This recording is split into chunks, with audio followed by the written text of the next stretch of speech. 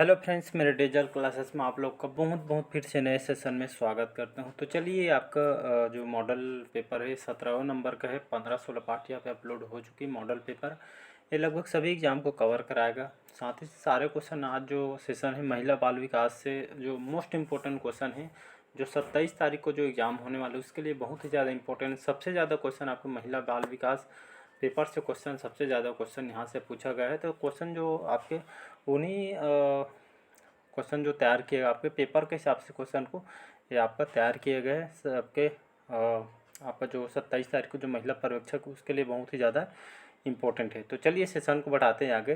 पहले बार आए हैं तो चैनल को सब्सक्राइब करके रख लीजिए ताकि नोटिफिकेशन आप तक यहाँ पे पहुँच पाए। तो क्वेश्चन स्टार्ट करते हैं। तो पहला क्वेश्चन है, घरेलू हिंसा की श्रेणियों में शामिल नहीं है। तो घरेलू हिंसा के अंतर्गत इसको कौन से श्रेणी में इसको शामिल नहीं है? तो घरेलू हिंसा के श्रेणियों में इसको कौन से 4 ऑप्शन इसमें शामिल नहीं किया है? तो शारीरिक हिंसा, मौखिक और भावनात्मक हिंसा, आपका लैंगिक हिंसा या धार्मिक हिंसा। तो इसका जो करेक्ट आंसर हो जाएगा ये आपका जो धार्मिक हिंसा, इसको घरेलू हिंसा के श्रेणियों में इसको शामिल नहीं किया गया। मतलब इसका डी ऑप्शन यहाँ पे करेक्ट आंसर हो जाएगा। बाकी शारीरिक, मौखिक, भावनात्मक और जो लैंगिक हिंसा इसको घरेलू हिंसा श्रेणी में इसको शामिल किया गया है। अगला क्वेश्चन देखते हैं, घरेलू नातेदारी, जो घरेलू नातेदारी है तो इससे आपका क्या अभिप्रेत है? दो व्यक्ति के मध्य घनिष्ठ संबंध से, आपसी प्रेम और तद्भव और पति पत्नी के जो मध्य घनिष्ठ संबंध से, या इनमें से कोई नहीं। तो घरेलू जो नातेदारी से क्या अभिप्राय है? तो ये आपका पति पत्नी के जो मध्य जो घनिष्ठ संबंध आपका संबंधित है। सी ऑप्शन यहाँ पे करेक्ट आंसर हो जाएगा।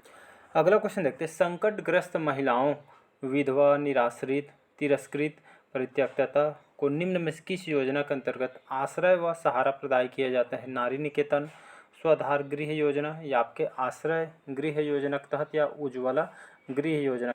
तो इसका जो करेक्ट आंसर हो जाएगा ये आपका स्वाधार जो गृह योजना है, बी ऑप्शन।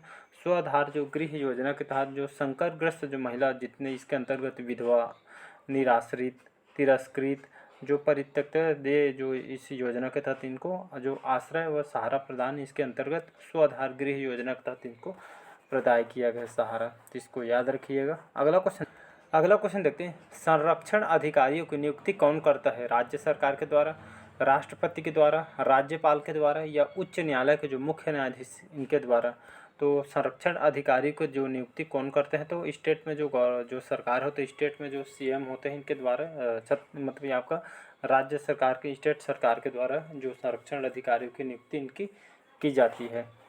अगला क्वेश्चन देखते हैं, आर्थिक हिंसा की श्रेणी में शामिल नहीं है। बच्चों के अनुशासन के लिए धन उपलब्ध न कराना, या बच्चों के लिए खाना, कपड़े, दवाइयाँ उपलब्ध न कराना, या रोजगार करने से रोकना, या घर से निकलने के लिए जो विवश करना। तो यहाँ पे आर्थिक हिंसा की श्रेणी में किसको शामिल नहीं किया गया है? तो ये आपका जो घर से निकलने के लिए विवश करना, ये आपके इसको आर्थिक हिंसा के श्रेणी में इसको शामिल नहीं किया। जितने भी ऐसे टाइप के जो ऑप्शन आते हैं उसको अच्छे से बढ़िया रीड कीजिएगा, एक भी क्वेश्चन आपसे गलत नहीं होगा। तो एक बार में जैसे समझ नहीं है तो इसको फिर से रिवाइज कीजिएगा। तो इसको बढ़िया 1 से 2 बार पढ़ेंगे क्वेश्चन को। अगला क्वेश्चन देखते हैं, घरेलू हिंसा घटित होने की सूचना किस अधिकारी को दी जाती है? जो घरेलू जो हिंसा होते हैं हमारे, तो घटित होने की सूचना किस अधिकारी को दी जाती है? थाना प्रभारी को, संरक्षण अधिकारी को, या प्रथम सत्र न्यायाधीश को, या आपके राज्य महिला आयोग को। तो इसका जो बी ऑप्शन यहाँ पे करेक्ट आंसर हो जाएगा। तो घरेलू हिंसा जो जैसे घटना होती है तो सूचना सर्वप्रथम कौन से अधिकारी को दी जाती है? तो संरक्षण अधिकारी उनको दिया जाना है। तो इसको याद रखिएगा।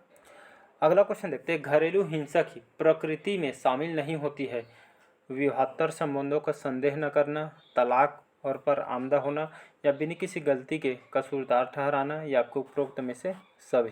तो इसका जो करेक्ट आंसर हो जाएगा, तो घरेलू हिंसा की जो प्रकृति में शामिल नहीं होती है, जो विवाहेतर संबंध को जो संदेह न करना, या आपके इसके घरेलू हिंसा प्रकृति में इसको शामिल नहीं होती है। ये ऑप्शन यहाँ पे करेक्ट आंसर हो जाएगा। अगला क्वेश्चन देखते हैं, किशोर न्याय बालकों की देखरेख और संरक्षण जो अधिनियम 2015 में लाया गया था, इसी के अधीन अंतर्देशीय दत्तक ग्रहण से निम्नलिखित किसके द्वारा भारत से बालक का दत्तक ग्रहण अभिप्रेत है? अनिवासी भारतीय द्वारा, या भारतीय मूल के किसी व्यक्ति के द्वारा, या किसी विदेशी के द्वारा, या आपके उपरोक्त में से किसी के भी द्वारा। तो ये आपका डी ऑप्शन हो जाएगा। तो उपरोक्त में से किसी के भी द्वारा ये आपका जो भारत के बालक दत्तक ग्रहण यहाँ पे विपरीत है, तो आपका डी ऑप्शन यहाँ पे करेक्ट आंसर हो जाएगा। अगला क्वेश्चन देखते हैं, किशोर न्याय बालकों की देखरेख और संरक्षण अधिनियम 2015 के तहत ये वाला क्वेश्चन तो कर। अगला क्वेश्चन देखते हैं, घरेलू हिंसा की प्रकृति में शामिल होती है मामूली बातों और विवादों को बढ़ाना, पारिवारिक विषयों में अभिव्यक्ति का अधिकार न होना, या संगे संबंध जो जितने भी सगे संबंधी जो होते हैं इनके समक्ष बार बार अपमान करना, या उपरोक्त में से। तो घरेलू हिंसा की जो प्रकृति में शामिल होती है आपका मामूली बातों पर विवादों को बढ़ाना, पारिवारिक जो विषय में अभिव्यक्ति का अधिकार न होना, सगे संबंधियों समक्ष बार बार अपमान करना, तो उपरोक्त सभी इसका करेक्ट आंसर हो जाएगा। अगला क्वेश्चन देखते हैं, शारीरिक हिंसा की श्रेणी में शामिल। तो शारीरिक हिंसा की श्रेणी में क्या क्या शामिल है? दांत से काटना, मुक्का मारना, थप्पड़ मारना, या उपरोक्त में से। तो शारीरिक जैसे हिंसा होती थी इस श्रेणी में शामिल आपका दांत से काटना है, मुक्का मारना, थप्पड़ मारना, उपरोक्त सभी आपका शारीरिक हिंसा के श्रेणी में इसको जोड़ा। अगला क्वेश्चन देखते हैं यहाँ पे, न्यायालय से अभिप्रेत है ऐसी कोई सिविल न्यायालय जिसे दत्तक ग्रहण और संरक्षण के मामलों में अधिकारी प्राप्त है? जिला न्यायालय, कुटुंब न्यायालय और नगर जो सिविल न्यायालय जिसे ऐसी अधिकारिता प्राप्त है, या उपरोक्त दोनों, या उपरोक्त में से कोई नहीं। तो आपका न्यायालय से अभिप्रेत क्या है? तो ये आपका उपरोक्त दोनों ए सिविल न्यायालय की जिसे दत्तक ग्रहण और संरक्षण के मामलों में अधिकारिता प्राप्त करना है, और जिला न्यायालय, कुटुंब न्यायालय और नगर जो सिविल न्यायालय ऐसी यहाँ पे जो अधिकारिता यहाँ से प्राप्त है। मतलब उपरोक्त सभी इसके उपरोक्त दोनों इसका करेक्ट आंसर हो जाएगा, सी ऑप्शन। अगला क्वेश्चन देखते हैं, किशोर न्याय बालकों की देखरेख और संरक्षण अधिनियम 2015 के अधीन जघन्य अपराध के अंतर्गत ऐसे अपराध आते हैं जिसके भारतीय दंड संहिता और तत्समय प्रवृत्ति किसी अन्य विधि के अधीन न्यूनतम दंड है 3 वर्ष या उससे अधिक का कारावास, 7 वर्ष या उससे अधिक का कारावास, 10 वर्ष से अधिक के इसका कारावास हो जाएगा, या आपका आजीवन कारावास या मृत्यु दंड है। इसका बी ऑप्शन हो जाएगा। तो आपका 7 वर्ष या इससे भी अधिक का यहाँ पे कारावास के यहाँ पे ये आपका न्यूनतम दंड या इसके लिए आपका रखी गई है। इसको याद रखिएगा 2015 के। अगला क्वेश्चन देखते हैं, प्रतिकर आदेश से क्या अभिप्राय है? जो प्रतिकर जो आदेश है इससे क्या अभिप्राय है? मजिस्ट्रेट द्वारा जारी क्षतिपूर्ति आदेश है, या मजिस्ट्रेट द्वारा जारी अभिरक्षा आदेश है, मजिस्ट्रेट द्वारा जारी संरक्षण आदेश है, या इनमें से कोई नहीं। तो यहाँ पे जो प्रतिकर जो आदेश है इससे क्या अभिप्राय है? ये आपके मजिस्ट्रेट के द्वारा जो मजिस्ट्रेट होते हैं इनके द्वारा जो जारी क्षतिपूर्ति आपका आदेश से संबंधित है। अगला क्वेश्चन देखते हैं, अभिरक्षा आदेश से अभिप्रेत है। तो अभिरक्षा जो आदेश है आपके किससे अभिप्रेत है? मजिस्ट्रेट द्वारा जारी क्षतिपूर्ति आदेश है, मजिस्ट्रेट द्वारा जारी संरक्षण आदेश है, या आपका मजिस्ट्रेट द्वारा जारी अधिग्रहण आदेश है, या इनमें से कोई नहीं। तो अभिरक्षा जो आदेश है क्या अभिप्रेत है? तो आपके मजिस्ट्रेट द्वारा जारी संरक्षण एक आदेश होता है। अगला क्वेश्चन देखते हैं, घरेलू नातेदारी से क्या अभिप्रेत है? तो इसको बताया था पति और पत्नी के मध्य जो घनिष्ठ संबंध है संबंधित है। अगला क्वेश्चन है, बाल कल्याण समिति के शक्तियों के बारे में उपबंध किया गया है धारा 25 के तहत, धारा 29 के तहत, धारा 28 के तहत, या धारा 30 के तहत। तो इसका जो करेक्ट आंसर हो जाएगा धारा 29 के तहत जो बाल कल्याण समिति की शक्तियों के बारे में उपबंध बताई गई। धारा 29 याद रखिएगा, जिसमें बाल कल्याण समिति की शक्तियों के बारे में बताया गया है। अगला क्वेश्चन देखते हैं यहाँ पे, बाल कल्याण समिति के कृत्य और उत्तरदायित्व के बारे में उपबंध किया गया है धारा 27 के तहत, धारा 28 के तहत, धारा 30 के तहत, या धारा 31 के तहत। तो इसका सी ऑप्शन हो जाएगा। तो बाल कल्याण समिति के कृत्य और उत्तरदायित्व के बारे में किसमें उपबंध बताया गया? तो धारा 30 के तहत इसमें उपबंध बताया गया है, किया गया है, कहने का मतलब है।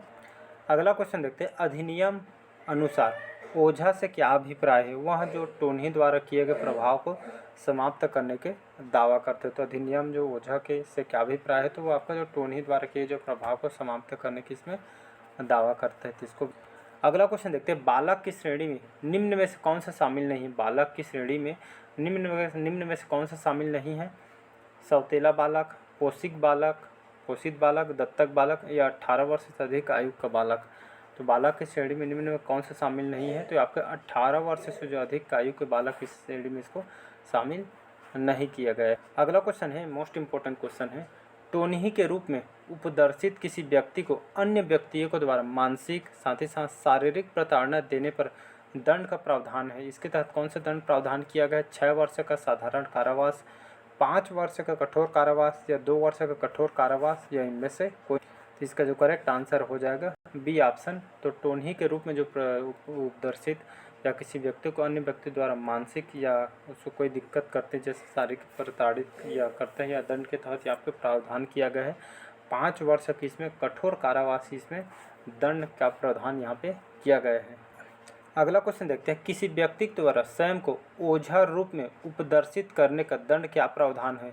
5 वर्ष का कठोर कारावास इसमें बताया था। याद रखिए, किसी व्यक्ति द्वारा स्वयं को ओझा के रूप में उपदर्शित करने का दंड का प्रावधान 5 वर्षों के यहाँ पे इस कठोर कारावास दिया। अगला क्वेश्चन देखते हैं, छत्तीसगढ़ में टोनही प्रताड़ना जो अधिनियम 2005 राज्य में कब प्रवृत्ति हुई थी? 30 सितंबर 2005 को, 30 मई 2005 को, 30 अप्रैल 2005 को या 30 अक्टूबर 2005 को। तो इसका जो करेक्ट आंसर हो जाएगा 30 सितंबर सन 2005। याद रखिए, तो छत्तीसगढ़ में जो टोनही प्रताड़ना जो अधिनियम 2005 है यहाँ पे कब प्रवृत्ति हुई थी? 30 सितंबर 2005 इस डेट को याद रखिए। अगला क्वेश्चन देखिए, किसी व्यक्ति के द्वारा किसी अन्य व्यक्ति को टोनही के रूप में पहचान करने के लिए दंड का प्रावधान है 3 वर्ष, 4 वर्ष, 22 वर्ष या 2 वर्ष। तो इसके लिए कितने साल के प्रावधान किया गया है?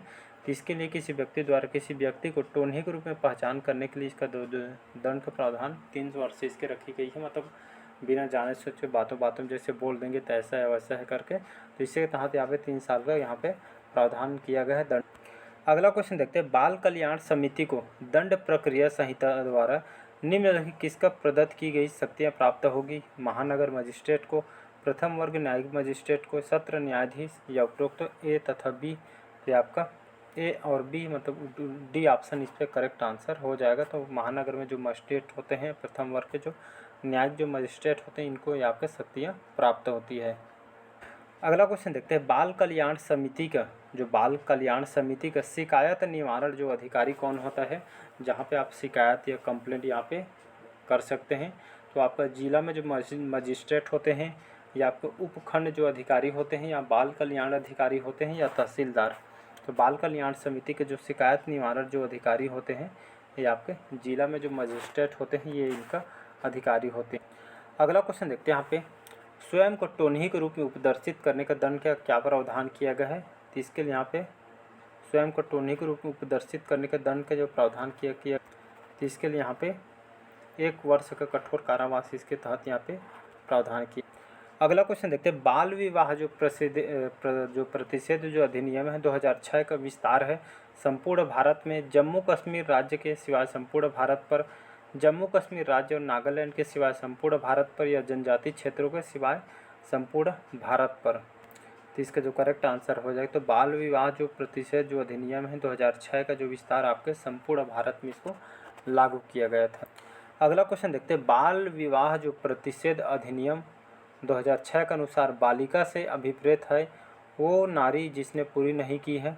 बाल विवाह प्रतिषेध जो अधिनियम 2006 के अनुसार बालिका से अभिप्रेत है और वो आपके नारी जिसने पूरी नहीं की है 16 वर्ष की आयु, 18 वर्ष की आयु, 20 वर्ष की आयु या आपके 25 वर्ष की आयु। तो इसका जो करेक्ट आंसर हो जाएगा 18 वर्ष की आयु यहाँ पे इस पर पूरी नहीं की, मतलब बी ऑप्शन करेक्ट आंसर हो जाएगा। अगला क्वेश्चन देखते हैं, बाल विवाह जो प्रतिषेध जो अधिनियम है 2006 की में खाली स्थान में बाल विवाह को परिभाषित किया है धारा 3 क में, धारा 2 ख में, धारा 2 ग में या आपका धारा 3 घ।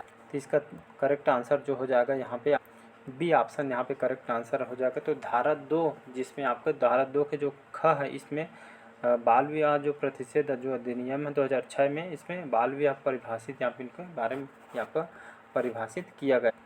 अगला क्वेश्चन देखते हैं, निम्नलिखित कौन सा कथन सत्य है जहां दहेज मांगने वाले को न्यायालय 6 माह से भी कम की किसी अवधि के कारावास का दंडादेश नहीं दे सकता है, निर्णय में लेखबद्ध किए जाने वाले पर्याप्त और विशेष कारणों से दे सकेगा, दहेज की रकम अत्यधिक न हो तो दे सकेगा या दहेज की मांग साथ साथ क्रूरता या प्रताड़ना का अपराध न हो तो दे सकेगा। तो इसका जो करेक्ट आंसर हो जाएगा, तो यहाँ पे कौन सा कथन सत्य है? तो दहेज मांगने वालों को न्यायालय 6 माह से कम की किसी अवधि के कारावास का दंडादेश है, तो निर्णय में लेखबद्ध किए जाने वाले जो पर्याप्त और विशेष कारणों से आपका दे सकेगी, ये आपका जो यहाँ पे कथन आपका सत्य हो जाएगा, बी ऑप्शन करेक्ट आंसर।